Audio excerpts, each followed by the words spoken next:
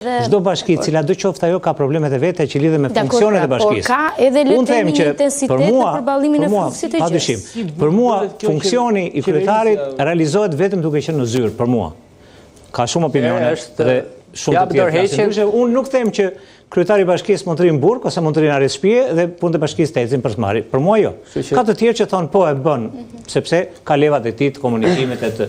Jo, kryetari i bashkisë do të ecë në punë, do të komunikojë me gjithë varësit e vet, do t'i thras çdo ditë siç i thriste Erion Velia apo të tjerët, një lloj si çdo në bashkitë e tjera, sepse nuk mund të realizohen funksionet dhe janë shumë funksione, nuk janë pak.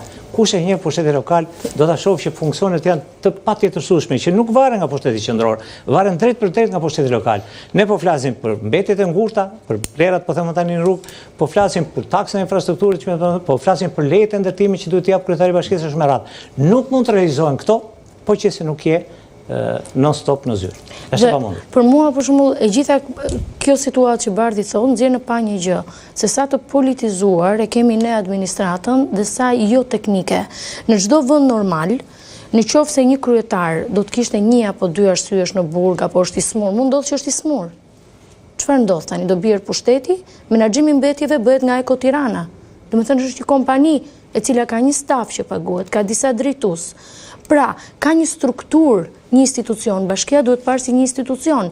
Nëse gjithçka varet nga dora e një njeriu, kjo tregon një problem shumë të madh që ne e kemi. Pavarësisht nëse ky njeri ka një emër, është Erion Velia ja Aurora Sulçe Barsidarasi. Nuk ka fare, kemi të bëjmë me një super njeri në bashkinë më të madhe në vend dhe nuk duhet të funksionojë kështu. Të paktën logjikën time, kjo bën shumë të brisht, edhe ofrimin e shërbimit edhe funksionimit. Më herët fola në parim për dorëheqje, por në rastin konkret, nëse zoti Velia ka një ndjeshmëri minimale për funksionimin e qytetit Tiranës, duhet menjëherë të jap dorëheqjen. Nëse pastaj do të bëjë një kthesë radikale në të mirë të shoqërisë në tërësi, duhet bëhet bashkëpunëtor i drejtësisë, i penduar siç e thon, dhe të rrëfej gjitha ato zullumet nuk i ka bërë vetëm dhe vetëm për veten e tij, ka bërë në bashkëpunim me Edi Ramën. Nëse mundem edhe një gjë të fundit, ndoshta dhe pak jashtë diskutimit që po bëjmë. Ne kemi një paradoks shumë të madh, pra neve e lidha dhe me pjesën sa të lidhura janë pushtetet me pjesën tjetër, që mund të jetë popullata, mund të jenë ndikimi që ka në shoqëri, mund të jetë sipërmarrja etj. Dhe paradoksi është ky që Darasi solli faktin tjetër që qyteti është më i papastër se çka qen. Pikërisht ato i shohim ne gjithë ditën.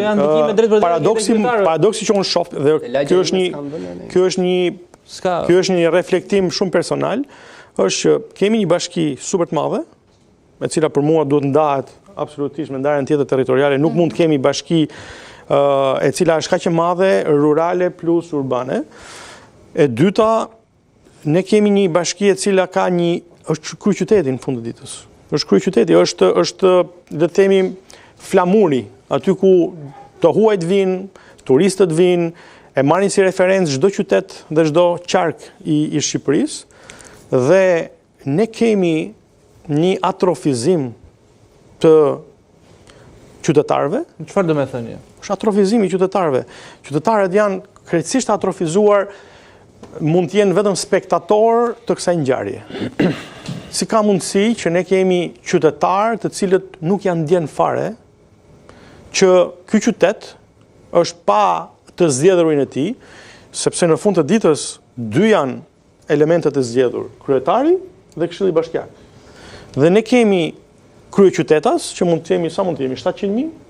Qyteti ka 700.000, janë milionë ca. Pa llogaritur të ardhurit që janë të paregjistruar. 700.000 banor. Po heqim këtu fëmijët dhe pjesa tjetër janë njerëz që punojnë, dalin për ditë, përballen me trafikun, paregjistruar nuk kemi, përballen me ujin, me mungesën e ujit, përballen me plurin, përballen me plerat dhe sot kemi një ngjarje të tillë ku mungon i pari ai zgjedhuri, qytetarët janë të atrofizuar krejtësisht, nuk janë ndjen qytetarëve që kemi një problem kaq madhor. Më thonë, për mua, qeveria është pak më e distancuar nga qytetari kur vjen puna tek punët e përditshme.